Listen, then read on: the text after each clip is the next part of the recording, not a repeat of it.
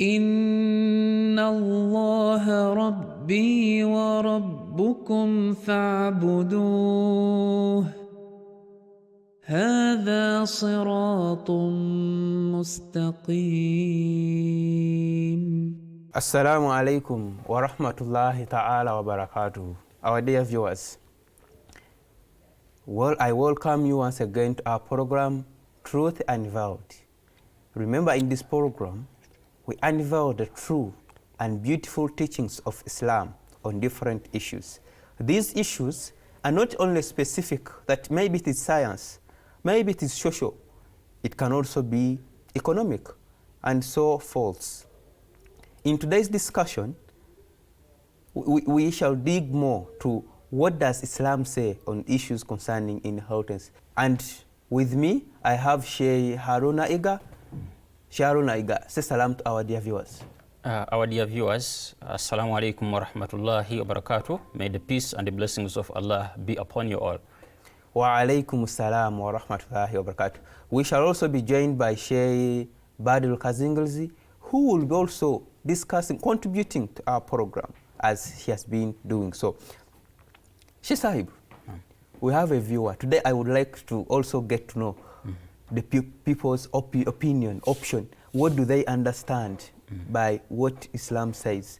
You know, I do believe this, we read the whole Quran, and we have a viewer from Uganda who is contributing to our program and has a question. Please, I would request my producer to give us that question. The tech. Assalamu alaikum wa rahmatullahi wa barakatuh. I'm Muhammad. Today, sharing in the studio, why do female get half of that of male? I want to know, is the Islamic law of inheritance fair to women and men in this modern time? Thank you very much, our dear viewer, and stay watching us and continue contributing to our program.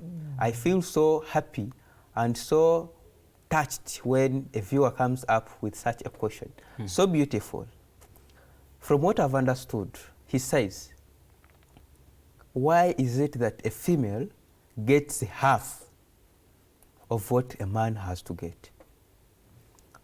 To me, according to what I've understood, the question is like, the viewer is trying to see that there is unfairness.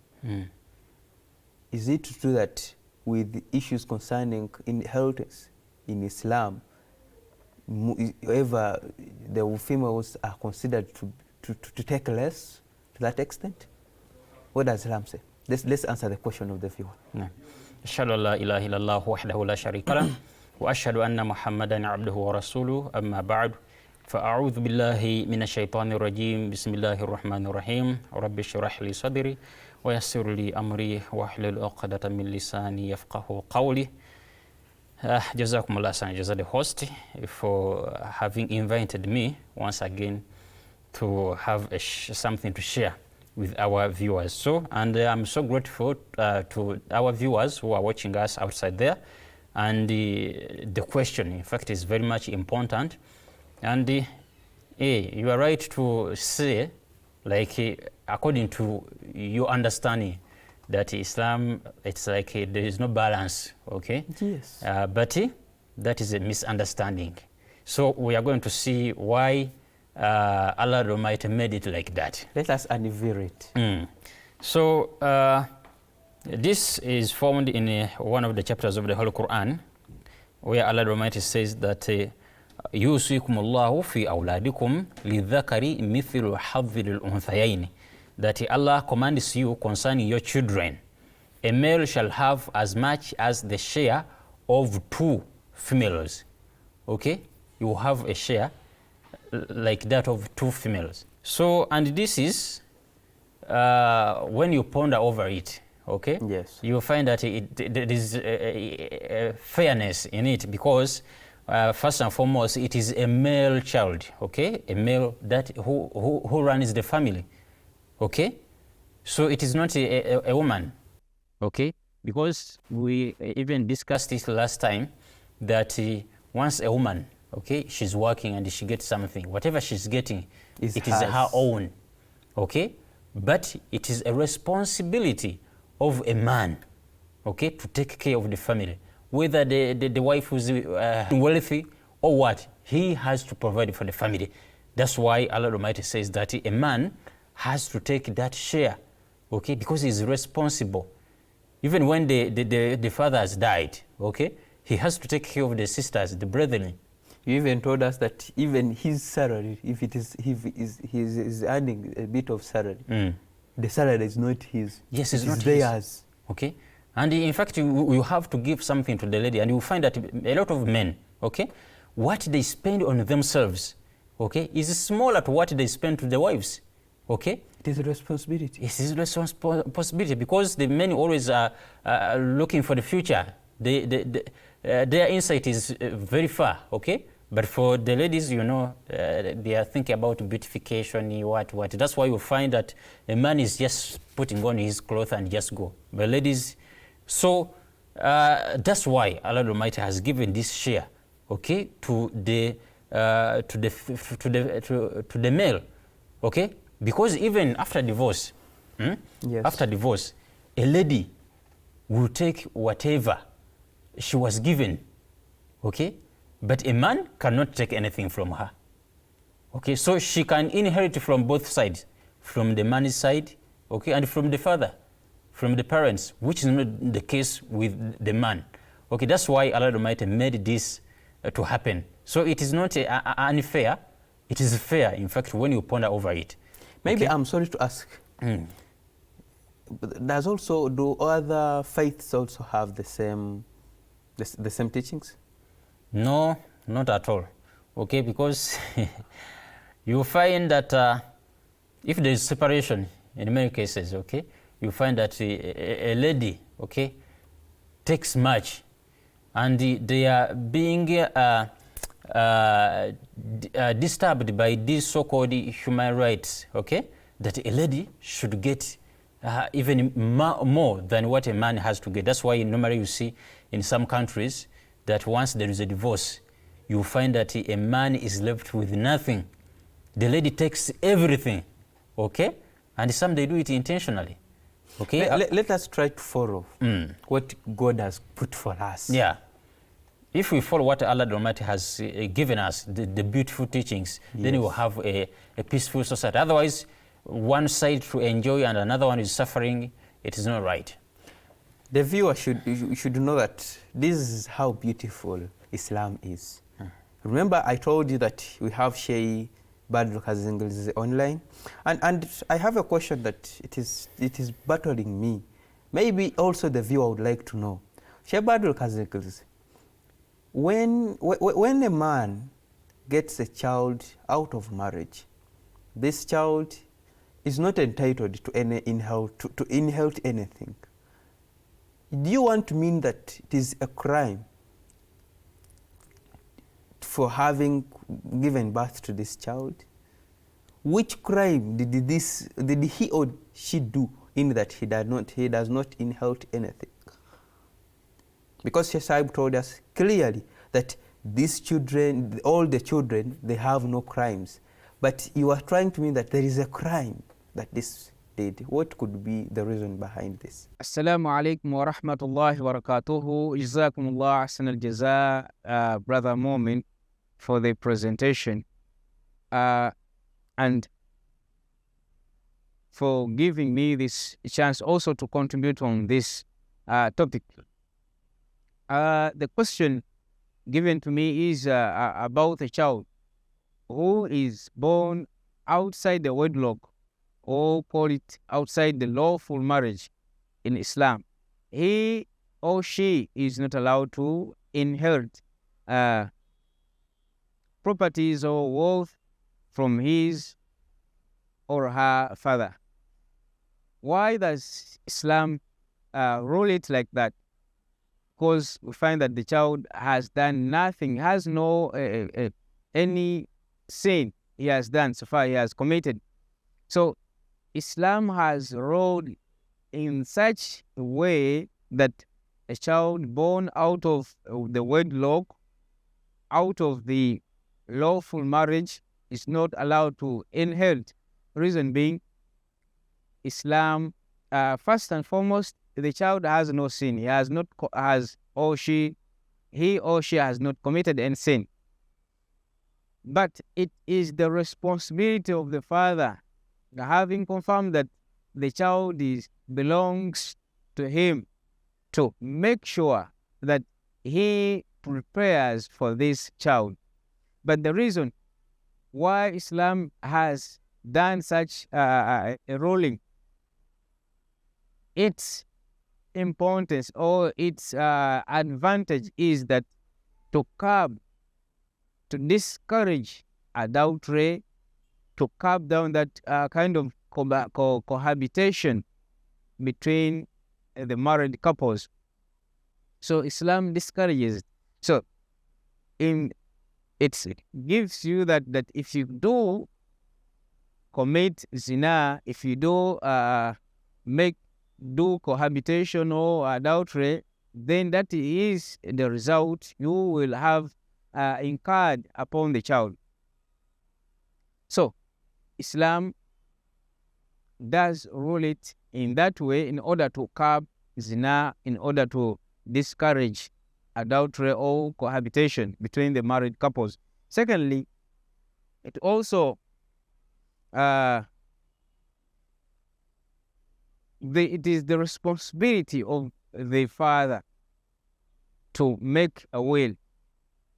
Or it is in two ways: to make sure that he has given out whatever is needed to the child, that child who is born out of the wedlock, for his future maintenance, say education and other things.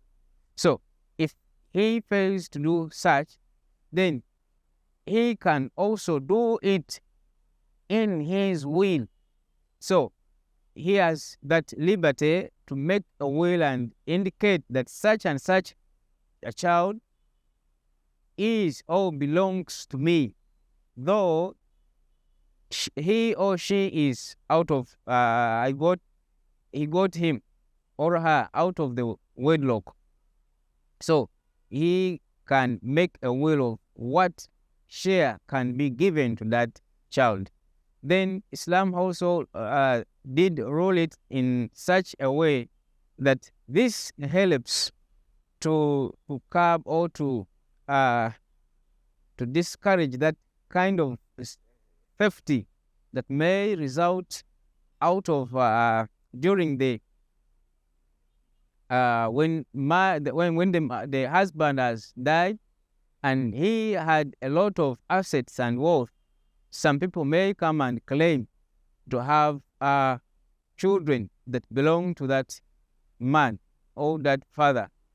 So Islam has rolled out in this way so that it can curb, it can discourage such people. How people to come and claim that they belong to such and such a deceased person.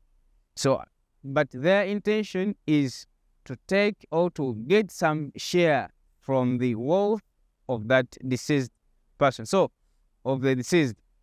So, in order to reduce and discourage that act, so Islam has ruled in the way that if the child is out of the wedlock, he or she is not supposed to receive. Thank you very much for that wonderful teaching, and may the Almighty God reward you abundantly. I would request still the producer to give us another viewer. Assalamu alaikum wa rahmatullahi wa barakatuhu. The Sheikh in the studio. My name is Basoma Taufik. My question is, Sheikh, what if I find my wife committing adultery and I don't have 4 eyewitnesses? What should I do?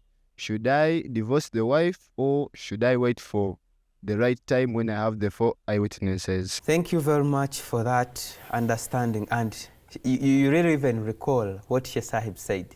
Sheikh Sahib, the viewer is trying to say that you told us that divorce is one of the things that Allah allows, it is lawful, but he hates it too much. Because that's an hadith from the Holy Prophet, sallallahu alaihi wasallam. But the viewer is going ahead to ask, that he has caught the wife red-handed doing conjugal relations with another man. Moreover, she's married. But now, he doesn't have the 4 witnesses that Islam need. What should he do? Because it's like, is he allowed to divorce her? Because Allah hates it. That's what he is fearing. Is he allowed to divorce her? And what can he do? All right. Because he can, even if it's you cannot bear it. Yes. Yeah, this issue is well discussed in Surah Nur. Okay, that Surah Nur, and I would like to encourage all those who are watching us to try and read Surah Nur with the translation and ponder over it. So you'll find a lot, you will learn a lot. Okay, so in Surah Nur, verses 7 to 11, okay, Allah the Almighty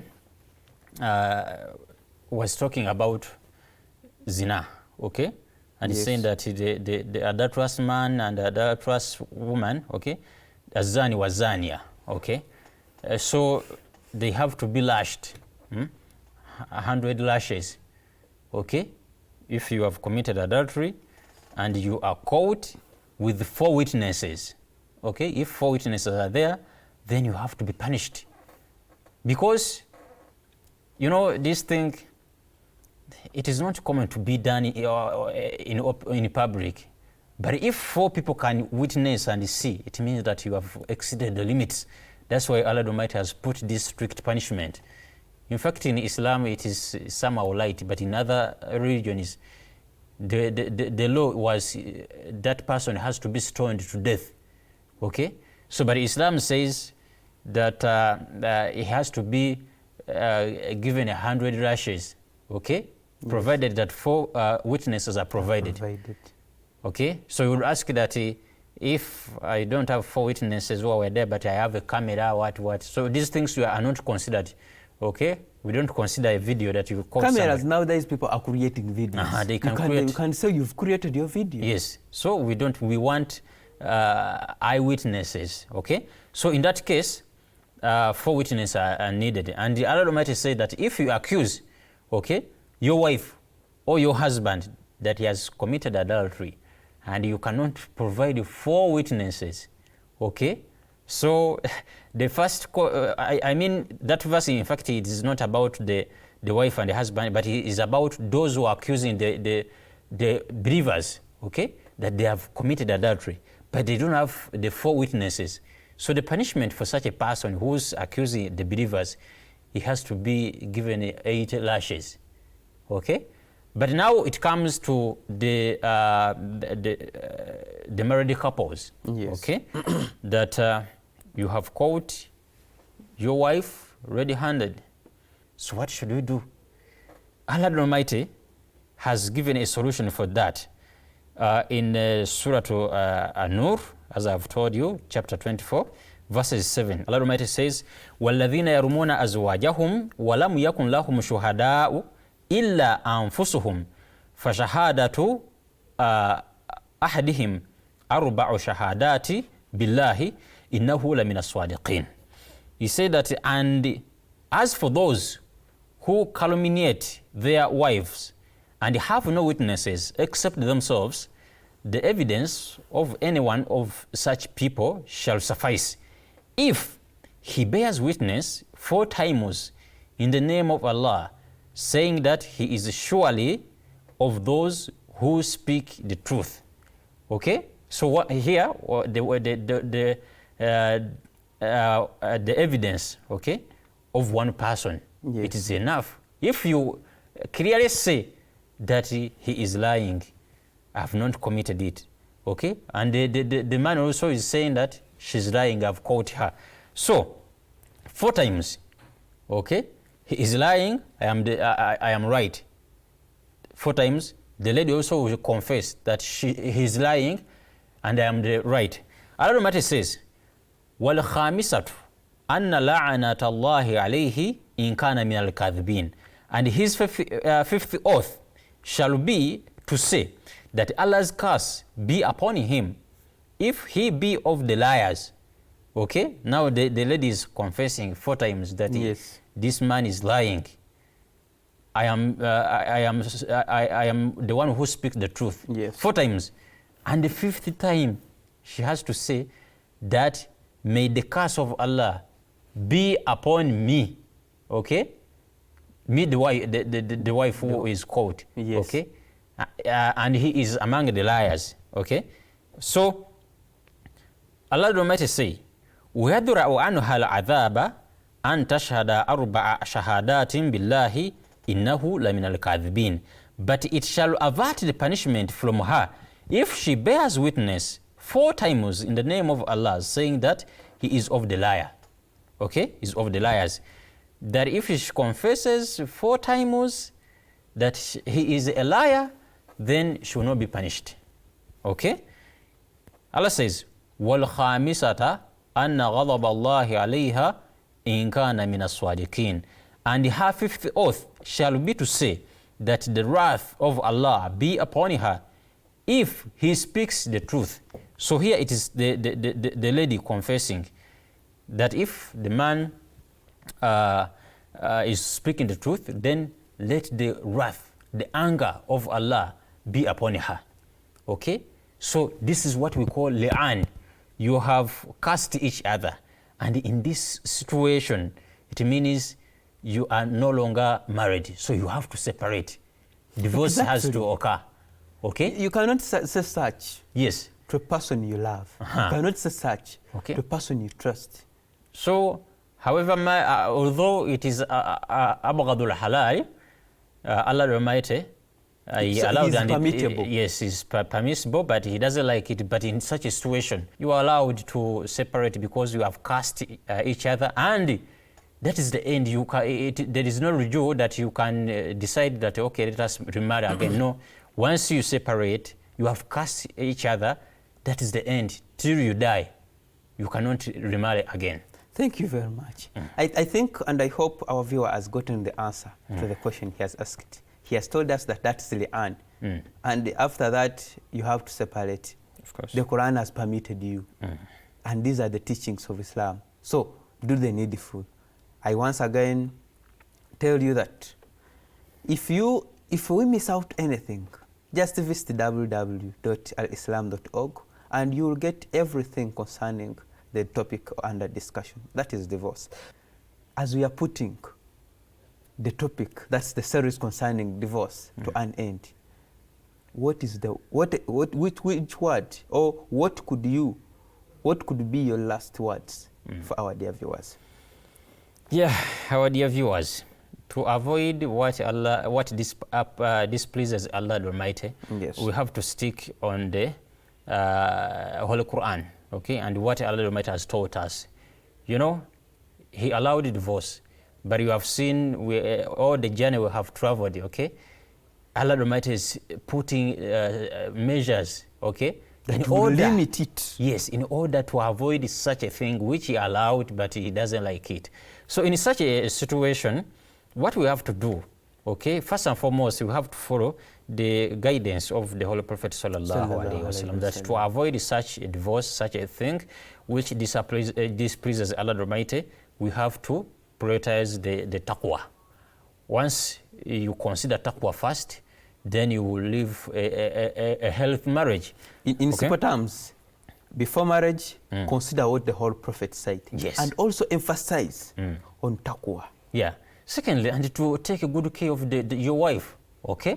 Because Allah the Almighty says that nisa'ukum haruthu lakum fa'utu haruthakum anna shi'tum wa qaddimu li anfusikum wa taqullaha wa alamu annakum mulaquhu wa bashiril mu'minin. That your wives are a truth for you. So approach your truth when and how you like, and send ahead some good for yourselves, and fear Allah, and know that you shall meet Him and give good tidings to those who obey. Okay, so Allah the Almighty said that your wife is like a garden. Okay, so if you don't take a good care of her, okay, so she will look ugly to you, and you'll be looking for those who are taking good care of them. Even the promised Messiah, alayhi salatu wasalam, he emphasized that all his followers, all the members of his Jamaat, they should treat their wives, and whosoever will treat ill to their wives is not from among his community. Yeah, he said it very clearly. We have come to the end of today's episode and to the end of our series concerning divorce. We meet in any other series. I remain Kadeku Mumin Kasim. I also thank everyone who has contributed to our program. May the Almighty reward them abundantly. Wassalamu alaikum wa rahmatullahi ta'ala wa barakatuh. إن الله ربي وربكم فاعبدوه هذا صراط مستقيم